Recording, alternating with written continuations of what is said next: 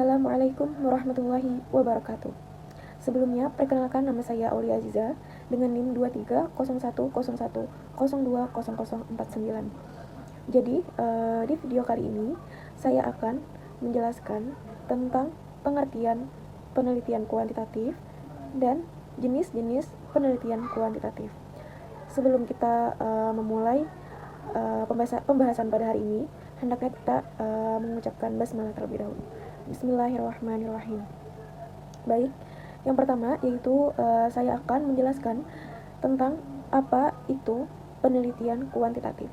Nah, jadi sebelum melakukan penelitian, sangat penting bagi kita peneliti untuk menyiapkan sebuah rancangan atau rencana kerja.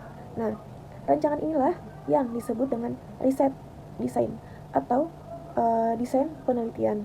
Nah, dalam istilah riset itu juga berarti penelitian. Nah, sedangkan desain berarti rancangan. Jika digabungkan riset dan desain itu berarti rencana penelitian yang dibuat agar penelitian berjalan dengan terarah atau teratur.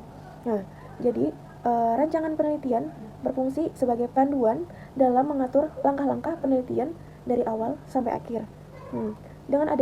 Dengan adanya rancangan ini, peneliti bisa bekerja secara sistematis dan terhindar dari penyimpangan, sehingga hasil penelitian lebih konsisten dan berkualitas. Jadi, dalam penelitian kuantitatif ini, desain penelitian memiliki peran yang sangat penting, karena desain yang tepat akan membantu peneliti mengumpulkan data dengan akurat dan efisien. Nah, selain itu juga, desain penelitian juga membantu meningkatkan keabsahan dan keandalan hasil penelitian tersebut, serta memungkinkan penelitian tersebut diulang oleh orang lain. Nah, jadi melalui desain yang baik, penelitian dapat menentukan teknik analisis statistik yang sesuai dan mengantisipasi berbagai masalah yang mungkin mengganggu kualitas penelitian tersebut. Jadi, secara keseluruhan, desain penelitian kuantitatif ini ialah rencana yang dibuat secara sistematis untuk membantu peneliti memahami langkah-langkah apa yang harus dilakukan. Nah, dengan rencana ini, penelitian dapat menghasilkan data berbentuk angka yang kemudian dianalisis sehingga menghasilkan kesimpulan yang objektif, terukur, dan dapat dibuktikan kebenarannya. Nah, mungkin ini sedikit penjelasan tentang penelitian kuantitatif. Nah, selanjutnya, adapun dalam penelitian kuantitatif ini ada beberapa jenis penelitian kuantitatif. Jadi baik, selanjutnya yaitu kita membahas tentang apa saja jenis-jenis dalam penelitian kuantitatif. Nah, jadi dalam penelitian kuantitatif ini, desain penelitian berfungsi sebagai peta atau yang membantu peneliti merancang langkah-langkah secara teratur ataupun sistematis. Nah, jadi dengan desain yang jelas, peneliti tahu metode apa yang akan dipakai, terus bagaimana cara mengumpulkan data tersebut, serta bagaimana cara menganalisis sesuai dengan tujuan penelitian. Nah, jadi dalam kategori utama penelitian kuantitatif itu terbagi menjadi dua. Yang pertama yaitu penelitian eksperimental, dan yang kedua yaitu penelitian non-eksperimental. Nah, baik, kita ke penelitian eksperimental terlebih dahulu. Nah, jadi dalam penelitian ini digunakan ketika penelitian ingin menguji pengaruh. Nah, jadi dalam penelitian eksperimental, ciri khasnya adalah adanya perlakuan yang diberikan pada satu kelompok, lalu hasilnya itu dibandingkan dengan kelompok lain. Nah, jadi adapun bentuk penelitian eksperimental antara lain. Jadi yang pertama itu true eksperimental.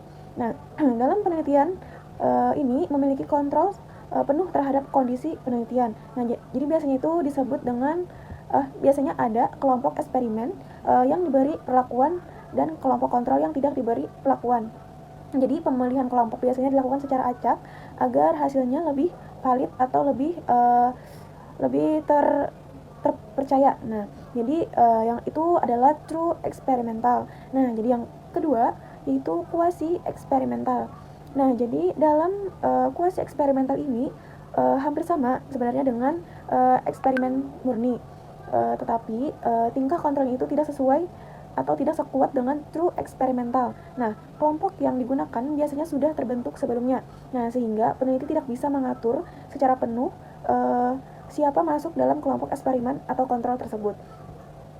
Nah, jadi perbedaan di antara keduanya tadi itu, kalau untuk true experimental tadi kan biasanya itu ada kelompok eksperimen yang diberi perlakuan kelompok kontrol yang tidak diberi perlakuan. Maksudnya belum terbentuk sebelumnya. Kalau untuk quasi eksperimental ini kelompoknya itu sudah terbentuk. Jadi sehingga peneliti itu tidak bisa mengatur secara penuh siapa yang masuk dalam kelompok eksperimen atau kontrol tersebut.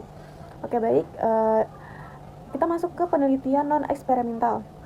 Jadi, dalam jenis penelitian ini, peneliti itu tidak memberikan perlakuan sama sekali. Nah, jadi peneliti itu hanya mengamati fenomena apa yang terjadi di saat itu dan menganalisis hubungan antara variabel atau menggambarkan suatu kondisi tersebut. Nah, adapun jenis-jenis yang terdapat dalam penelitian eksperimental ini, yang pertama yaitu deskriptif. Nah, jadi dalam deskriptif ini yaitu fokus pada menggambarkan keadaan atau fenomena sebagaimana adanya. Contoh seperti menggambarkan tingkat literasi atau motivasi belajar siswa di suatu sekolah. Terus selanjutnya itu komparatif. Nah, jadi komparatif ini digunakan untuk membandingkan dua kelompok atau lebihnya. Jadi misalnya dalam membandingkan kemampuan membaca siswa di desa dan di kota. Nah, jadi untuk komparatif ini itu tuh digunakan untuk membandingkan. Ya tadi itu misalnya kayak kita membandingkan kemampuan membaca siswa di sekolah MAN 1 Banjarmasin misalkan dengan sekolah MAN 2 Banjarmasin. Nah, begitu. Terus selanjutnya itu korelasional. Nah, jadi korelasional ini itu menjelaskan hubungan antara dua variabel atau lebih. Nah, misalnya hubungan antara motivasi belajar dan prestasi siswa. Nah, jadi untuk korelasional ini itu menjelaskan bagaimana hubungan antara dua variabel. Yaitu itu misalnya kita menghubungkan antara bagaimana motivasi belajar dan bagaimana prestasi siswa tersebut. Oke, baik, selanjutnya yang terakhir yaitu survei. Nah, jadi dalam bentuk survei ini kita tuh mengumpulkan data dari banyak orang menggunakan kuesioner atau angket. Jadi biasanya ini digunakan untuk mengetahui pendapat atau sikap atau perilaku masyarakat atau siswa. Nah, jadi untuk survei ini kita mengumpulkan data itu dengan menggunakan angket. Jadi ataupun kuesioner. Itu biasanya digunakan untuk kita mengetahui bagaimana sih pendapat mereka atau bagaimana sikap mereka terhadap penelitian yang akan kita teliti itu. Mungkin itu penjelasan tentang pengertian penelitian kuantitatif beserta jenis-jenis penelitian kuantitatif. Mungkin ini saja yang bisa dapat saya sampaikan. Mohon maaf apabila saya terdapat kesalahan kata maupun perilaku. Wabillahi taufiq wal hidayah. Wassalamualaikum warahmatullahi wabarakatuh.